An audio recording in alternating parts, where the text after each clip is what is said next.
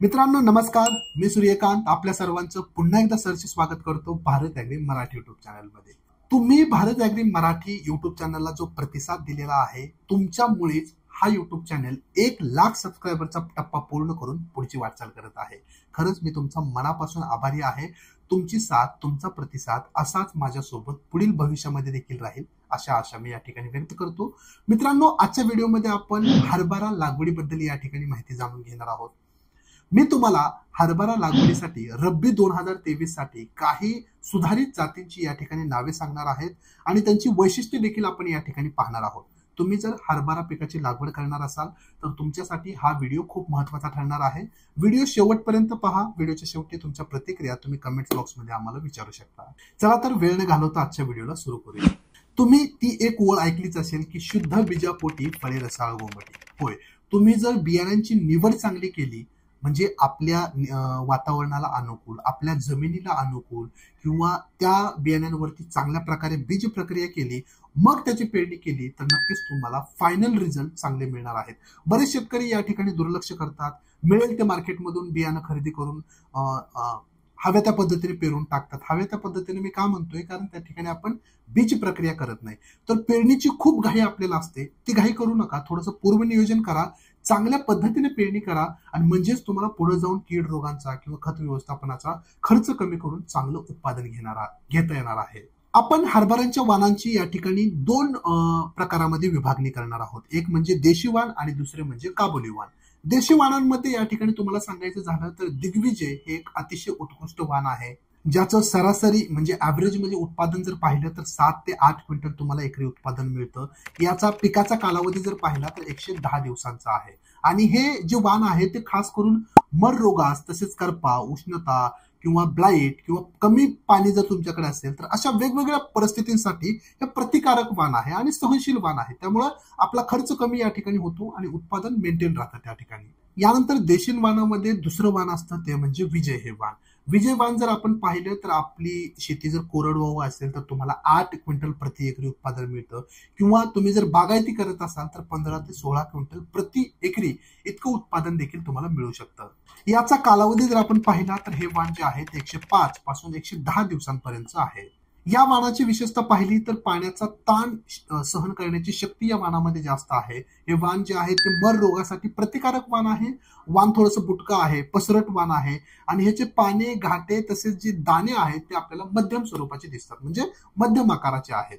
यानंतर तिसरं वाण येतं ते म्हणजे विशाल। ह्याची उत्पादन क्षमता जर पाहिली तर कोरडवाहूसाठी तुम्हाला 7 क्विंटल प्रति एकर असा उतार पडतो, तसेच बागायतीसाठी तुम्ही 14 ते 15 क्विंटल प्रति एकरी असं उत्पादन घेऊ शकता। या वाणाचा कालावधी जर पाहिला तर 115 ते 120 दिवसांचा आहे। या वाणाची झाडे जी आहेत ती अर्धवट पसरलेली, याचे दाणे जे आहेत ते टपोरे आपल्याला या ठिकाणी मिळतात। पिवळसर तांबूस रंगामुळे याला मार्केटमध्ये खूप चांगल्या प्रकारचा भाव देखील मिळतो। हे वाण जे आहे ते हरभरा पिकामध्ये येणाऱ्या खास करून मर रोगासाठी प्रतिकारक्षम मानले जाते। कोरडवाहू बागायतीमध्ये चांगल्या प्रकारचे रिझल्ट शेतकऱ्यांना याचे मिळालेले आहेत। यानंतर चौथ्या नंबरवरती वाण येतं म्हणजे जॅकी 9218 हे वाण। याचं उत्पादन देखील मागच्या वाणासारखंच आहे। जर तुम्ही कोरडवाहू मध्ये पाहिलं तर 7 क्विंटल प्रति एकरी आणि जर आपण बागायतीमध्ये पाहिलं तर जवळजवळ 14 ते 15 क्विंटल प्रति एकरी असा आपल्याला उतार मिळतो। या वाणाचा कालावधी थोडासा जास्त आहे, 115 ते 120 दिवसांचं हे वाण आहे। याची झाडे जी आहेत ती अर्धवट पसरलेली असतात, याचे दाणे टपोरे असतात। पिवळसर तांबूस रंगामुळे आपल्याला मार्केटमध्ये रेट देखील जास्त मिळतात। हे वाण जे आहे ते देखील वाण खास करून मर रोगासाठी प्रतिकारक वाण समजलं जातं। कोरडवाहू आणि बागायती अशा दोन्हीसाठी तुम्ही पेरणी करू शकता। 5व्या नंबरवरती आपण पाहणार आहोत ICCV 10। उत्पादन क्षमता याची कोरडवाहूसाठी 7 क्विंटल तसेच बागायतीसाठी पाहिली जर तुम्हाला 12 ते 13 क्विंटल प्रति एकरी अशी मिळते। या वाणाचा कालावधी हा 110 ते 115 दिवसांचा आहे। हे वाण देखील मर रोगासाठी प्रतिकारक आहे आणि या वाणामध्ये पाण्याचा ताण सहन करण्याची जी शक्ती आहे ती अधिक आहे। यानंतर 6व्या नंबरवरती देशी वाणामध्ये येतं ते म्हणजे साकी 9516 हे वाण। उत्पादन क्षमता पाहिली तर थोडीशी आपल्याला कमी पाहायला मिळते। कोरडवाहू मध्ये 6 क्विंटल आणि बागायतीमध्ये आपल्याला 11 ते 12 क्विंटल याचं उत्पादन मिळतं। पिकाचा कालावधी हा 105 ते 110 दिवसांचा आहे। हे वाण देखील मर रोगासाठी प्रतिकारक आहे असं मानलं जातं, तसेच याचे दाणे जे आहेत ते आकाराने आपल्याला मध्यम पाहायला मिळतात। देशी वाणामध्ये 7व्या नंबरवरती वाण येतं, ते म्हणजे राजश हे वाण आहे. उत्पादन क्षमता जर पाहिली तर आपल्याला कोरडवाहू मध्ये 8 क्विंटल आणि बागायतीमध्ये 16 क्विंटल अशी पाहायला मिळते. हे वाण थोडंसं कमी कालावधीचं आहे. 100 ते 105 दिवसामध्ये हे वाण काढलेलं येऊ शकतं. मर रोगासाठी प्रतिकारक वाण समजलं जातं. पिवळसर, तांबूस, टपोरी दाणे आपल्याला या ठिकाणी पाहायला मिळतात. तसेच उशिरा पेरणीसाठी हे तज्ज्ञांच्या सल्ल्यानुसार एक योग्य वाण मानलं जातं. मित्रांनो, आता आपण पाहिलं काही देशी वाणांबद्दल. मी या ठिकाणी तुम्हाला काबुली वाणाची देखील या ठिकाणी माहिती देणार आहे. काबुली वाणामध्ये जर आपण पाहिलं तर ICCV2 हे चांगलं वाण समजलं जातं. या वाणाची उत्पादन क्षमता जर पाहिली तर कोरडवाहूसाठी 4 क्विंटल आणि बागायतीसाठी 8 क्विंटल इतके आहे. पिकाचा कालावधी जर पाहिला तर 90 ते 100 दिवसाचा आपल्याला पाहायला मिळतो. वैशिष्ट्यामध्ये जर पाहायला गेलं तर मर रोगासाठी हे प्रतिकारक वाण समजलं जातं. अधिक टपोऱ्याचा दाणे असल्यामुळे मार्केटमध्ये तुम्हाला याचे मार्केट रेट देखील चांगले मिळतात. तसेच बोट्रिटिस ग्रे मोल्ड या रोगासाठी हे प्रतिकारक वाण समजलं. यानंतर काबुलीमध्ये दुसरं वाण जर पाहिलं तर PKV काबुली 2 हे वाण खूप चांगलं आहे. उत्पादन क्षमता याची एकरी 11 क्विंटल समजली जाते. पिकाचा कालावधी हा 110 ते 119 दिवसांचा आहे. वैशिष्ट्य पाहिली तर मर रोगासाठी हे प्रतिकारक्षम वाण आहे. अधिक टपोरे दाणे असल्यामुळे आपल्याला मार्केटमध्ये याचे रेट चांगले मिळू शकतात. यानंतर काबुली वाणामध्ये तिसरं वाण जर आपण पाहिलं तर PKV काबुली 4 हे वाण आहे. उत्पादन क्षमता जर पाहिली तर 7 ते 8 क्विंटल तुम्हाला एकरी याचा उतार पडू शकतो. याचा पिकाचा कालावधी जर पाहिला तर 110 ते 120 दिवसांचा आहे. या वाणाची वैशिष्ट्य पाहिली तर सिंचनासाठी हे अनुकूल परिस्थिती देणारे एक वाण आहे. याची पानं जे असतात ते विस्तृत पानं आपल्याला अर्ध पसरलेली पाहायला मिळतात. जास्त मोठे टपोरे वाण या ठिकाणी मिळतात किंवा मूळसड रोगापासून हे प्रतिकार एक निर्माण करणारं वाण आहे. शेतकरी मित्रांनो, हरभरा लागवडीसाठी हरभऱ्याच्या काही सुधारित वाणांचा आपण धावता आढावा घेतलेला आहे. आशा करतो की माहिती तुम्हाला समजली आहे. नसेल समजली तर कमेंट बॉक्समध्ये लिहा. परंतु जाता जाता मी तुम्हाला आणखीन या ठिकाणी काही माहिती देऊ इच्छितो, जसं की बियाण्याचं प्रमाण आणि पेरणीची वेळ.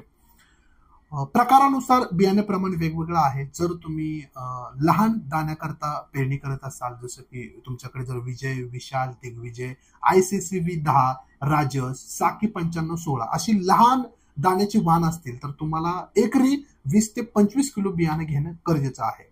जर तुमच्याकडे मध्यम आकाराचे वाण असतील, जसं की जाकी 9218 जर तुम्ही पेरत असाल तर तुमच्याकडे एकरी 30 ते 32 किलो बियाणं असणं आवश्यक आहे.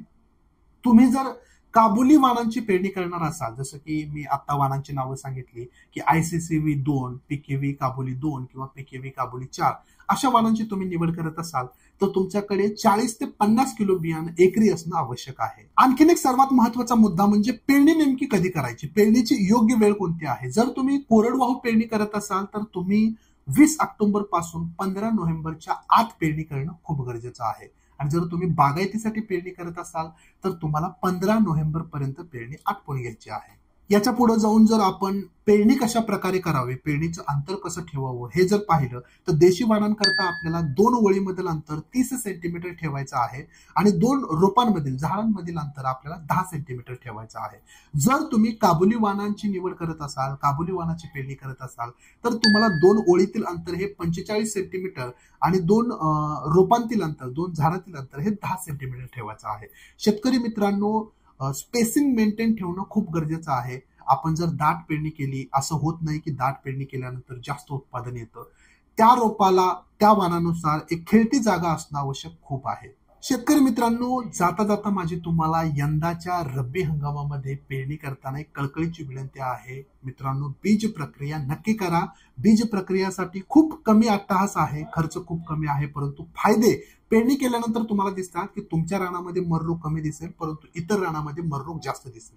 आताच बीज प्रक्रिया करा, सोपी आहे. तुम्ही जर जैविक बीज प्रक्रिया करत असाल तर ट्रायकोडर्मा विरिडी तुम्ही 5 मिली घेऊ शकता. जर तुम्हाला रासायनिक करायचे असेल तर तुम्ही कार्बनडायझिम 2 ग्रॅम घेऊ शकता. प्रत्येक किलो बियाण्याप्रमाणे तुम्हाला चोळायचं आहे, पेरणी करायची आहे. जास्तच तुम्हाला अट्टास करायचा असेल तर तुम्ही नत्र, स्फुरद आणि पालाश या जीवाणूंना देखील त्या ठिकाणी बियाण्यांवरती लावू शकता. 50 ग्रॅम जीवाणू घ्यायचे आहेत.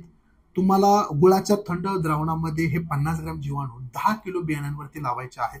1 तास आपल्याला सुकवायचं आहे, मग पेरणी करायची आहे.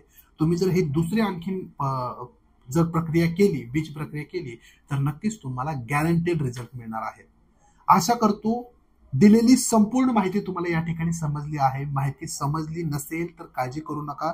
कमेंट्स बॉक्समध्ये लिहा किंवा लगेच तुम्हाला उत्तर पाहिजे असेल तर आमच्या भारत ॲग्री ॲपमध्ये जा आणि आमच्या कृषी डॉक्टरांना संपर्क करा. यंदाच्या रब्बी हंगामामध्ये हरभरा लागवड करताना संपूर्ण सपोर्ट तुम्हाला भारत ॲग्री मराठी युट्यूब चॅनल देणार आहे. म्हणजे आपण आता बियाण्यांबद्दल बोललो, पुढे जाऊन मी तुम्हाला खत व्यवस्थापन, पाणी व्यवस्थापन, कीडरोग व्यवस्थापन, काढणी व्यवस्थापन या सर्व विषयांचे एक सेपरेट व्हिडिओ टाकणार आहे. त्यामुळे जोडून राहा भारत ॲग्री मराठी युट्यूब चॅनल बद्दल सोबत. आणि हा चॅनल तुम्हाला आवडत असेल, माझे व्हिडिओ तुम्हाला आवडत असतील तर व्हिडिओला लाईक्स करत जा, शेअर करत जा. भारत ॲग्री मराठी युट्यूब चॅनलला सबस्क्राईब करा. भेटूया एका नवीन व्हिडिओमध्ये. तुर्तास धन्यवाद.